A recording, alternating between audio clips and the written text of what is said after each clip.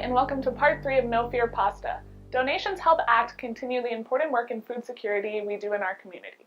Any donation, big or small, helps ACT find creative solutions to food insecurity in our community, and even helps us produce videos such as this one.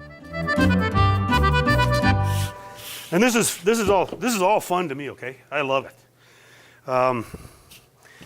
It's only fun though if everything's clean.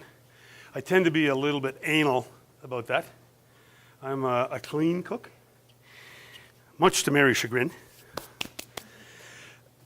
I told Mary one time, I start cooking by cleaning the kitchen. If there's dishes to be done, I do them. If counters to be cleaned, I clean them, and it's clean slate, you know. And I'm the kind of guy that cleans up as I go, so there's not like 1,000 different things on the counter after. Okay, so we looked at using the rolling pin. One thing I didn't do is a lot of people don't have a pasta machine or sometimes not even a rolling pin anymore. But if you're really stuck, the next best thing is an empty bottle of wine. Make sure your bottle's clean, but it acts in the same way as a rolling pin. So you just have to be a little bit more patient, and it works actually fairly well. You just like I say, you just have to be patient. So you've seen how a rolling pin thing works. I'm just going to take a little bit of dough here, and again flatten it out. We're going to try this pasta machine. With the pasta machine, the manual pasta machine, you have your rollers, and this is the knob that you adjust your rollers. So you always go from as wide as it'll go down to the thickness that you want. If you like spaghetti, you decide on how thick you want it. If you want lasagna pasta, you have to go pretty thin because this stuff swells up quite a bit. So anyway, I'll get my pasta ready and just flatten it out a little bit. Put some more flour on it, and there's no secret here. Just roll your dough out.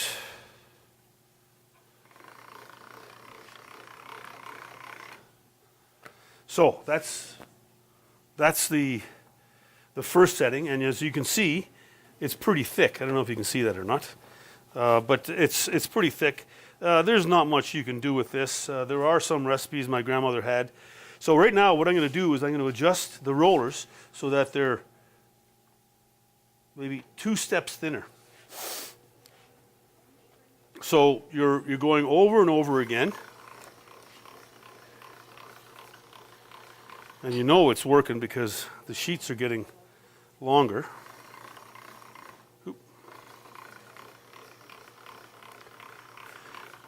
This is where, like I was saying earlier, this is where you can really notice that the pasta has air bubbles because you can actually see them here. Okay, so I'm going to adjust it again. And at this point, I'll cut them in half.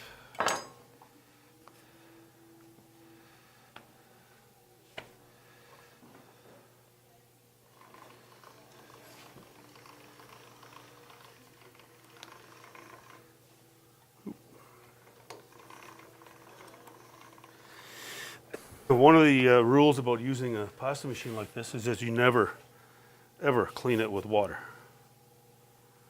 Pasta is, once it starts to dry, it becomes inert. So it doesn't mold or change in any way like that.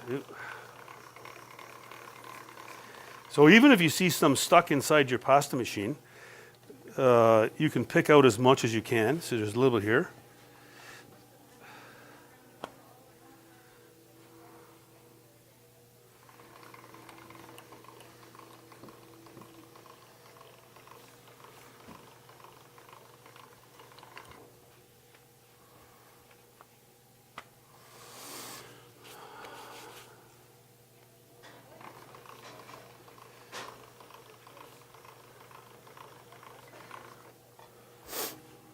There. Now, you got to flour it a little bit because as you roll it, it tends to get a little sticky. Now, I'm thinking that this is almost the same thickness as the earlier pasta that we made. So I'm going to switch my handle over to the cutters, and I'm going to cut fettuccine.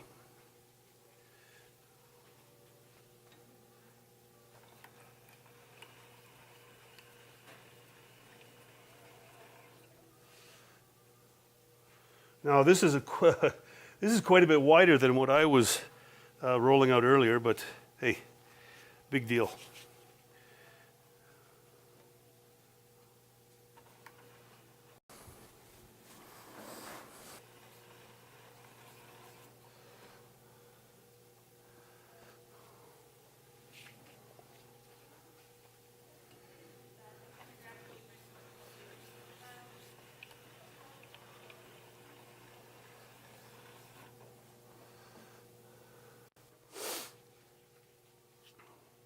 Now again, the only thing that you're gaining here is it may shorten the time it takes to do the whole process, but in the end, it's not going to take you any time at all, really.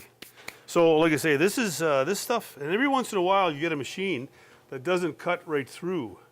So, in the end, it's not a big deal, but as a purist, I always tend to go through this and pull them apart. And so you can treat this exactly the same way as I mentioned earlier. When I told you about the nesting, especially when you have dough that's this soft, the smaller the nests, the better. Freeze it on a cookie sheet, and when they're frozen, pop them into Ziploc bags, and Bob's your uncle. If you're going to cook it right away, just leave it on your countertop, and if you've got the room. So again, don't wash this. It's only flour.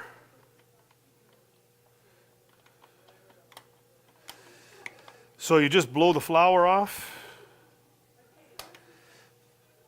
Take whatever dough you might find here that's stuck, and leave it. Now what's going to happen is any dough that's stuck on here is going to dry out. It's not going to mold or anything. And you just clean it out the next time you take your machine out. It also has a cutter for spaghetti. Spaghetti and spaghettini are the same cutter. The spaghetti is a little bit thicker than the spaghettini.